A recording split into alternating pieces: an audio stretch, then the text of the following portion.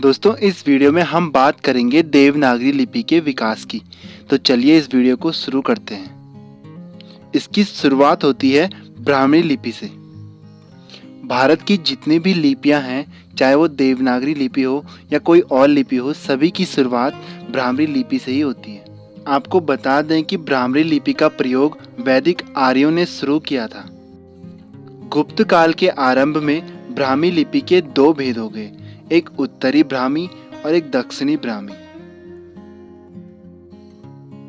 अब दक्षिणी ब्राह्मी से तमिल या कलिंग लिपि, तेलुगु कन्नड़ लिपि, ग्रंथ लिपि और मलयालम लिपि का विकास हुआ। अब उत्तरी ब्राह्मी लिपि से विकास हुआ गुप्त लिपि का।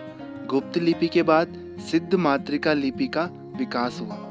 उत्तरी ब्राह्मी 350 ईस्वी तक चली, फिर चौथी और 5वीं सदी में गुप्त लिपि का विकास हुआ। सिद्ध मातृका लिपि का विकास भी लगभग 6ठी सदी से 8वीं 9वीं सदी तक हुआ और इसी सिद्ध मातृका लिपि को बाद में कुटिल लिपि कहा जाने लगा।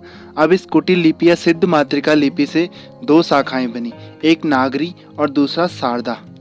इसी नागरी लिपि को हम देवनागरी लिपि कहते हैं। देवनागरी लिपि का प्रथम प्रयोग गुजरात के राजा जयभट्ट के शिलालेखों में मिलता है। उस जमाने में कागज तो होते नहीं थे, तो लोग पत्थरों पर ही लिखते थे। इन्हें हम शिलालेख कहते हैं। देवनागरी लिपि को लोकनागरी या हिंदी लिपि भी कहा जाता है।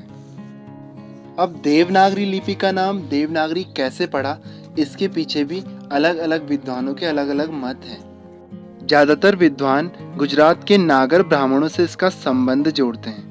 उनका मानना ये है कि देवनागरी लिपि का सबसे पहले गुजरात में प्रचलित होने से वहाँ के नागर ब्राह्मणों के नाम से इसे नागरी कहा गया और अपने अस्तित्व में आने के बाद इसने देव भाषा संस्कृत को लिपिबद्ध किया।